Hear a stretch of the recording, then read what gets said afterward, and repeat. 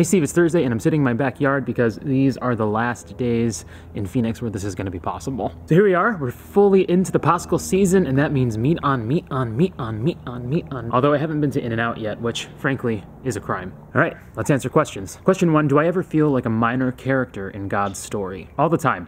And frankly, thank God, because the reality is I am a minor character. I mean, in a sense, right, we're all minor characters because the story isn't really about us. The story is God's story. It's about how God has acted to save his people. He's the one that the story is about, not me. If I'm invited into that story in any way, it's only to participate in what God is already doing in the world. I think that sometimes my worst moments come when I start to think that I'm more important than I really am. And when this happens, that's when I start thinking that the story is actually about me. And in those cases, God actually becomes the minor character in my story. He becomes a kind of cosmic Ask Jeeves when I need something. And when I don't get what I want, or God doesn't act the way that I think that he should, then it can even feel like he's more of an antagonist in my story. So in fact, remembering how small I am, remembering that my life is but a blip on the radar of what God is doing in the world, that keeps it in perspective. But I don't mean like a blip in the sense that I don't matter at all, or that I'm basically the human equivalent of pond scum, but rather it speaks to me of the greatness of God's character, that he would choose a minor character like me, and for reasons I don't understand,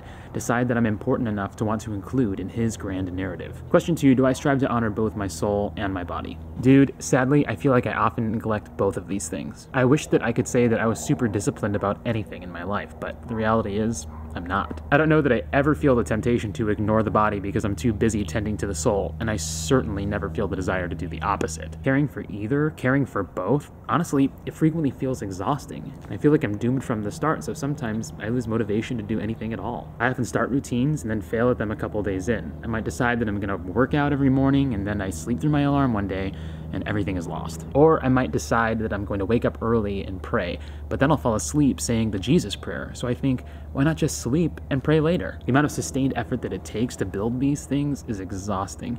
And so frequently, I feel like getting started is one of the most difficult hurdles I face. Question 3, what do I do when I realize that I've reached my own limits? Mostly, I get grumpy, complain, and despair. Usually in that order. I usually try to not let too many things get to me, but sometimes I just can't do it anymore. For the most part, I'm pretty understanding of others, pretty easy to get along with, pretty willing to go along with what others want, but sometimes, I don't know, I just can't anymore. So sometimes I start to feel pushed aside or dismissed or overlooked, and of course people aren't doing those things to me, I'm just not showing up for my own life. And so when I feel like I can't let things go anymore, when I can't be easygoing, I tend to get upset. So I start to complain about this or that or all the things that I feel like I can't change, which leaves me feeling really powerless, which makes me feel even worse. Powerless to change the situation, powerless to change somebody's mind, powerless to change myself. Our contemporary culture might try to have me believe that I can change myself, that I can look into parts of myself that have unmet needs and self-actualize on my own potential. But I know that that doesn't work.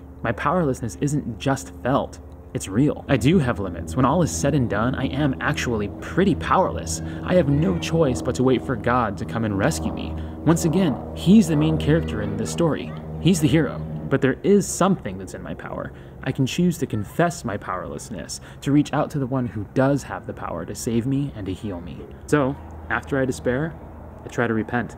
I ask the Lord to forgive me for depending on myself and for not learning the lessons that he keeps trying to teach me over and over again. I'm pretty stubborn, I guess, but I do hope that one day I can be transformed by God's grace and his love for mankind, because that is something in his power. All right, Steve, that's all I got. I'll see you on Monday.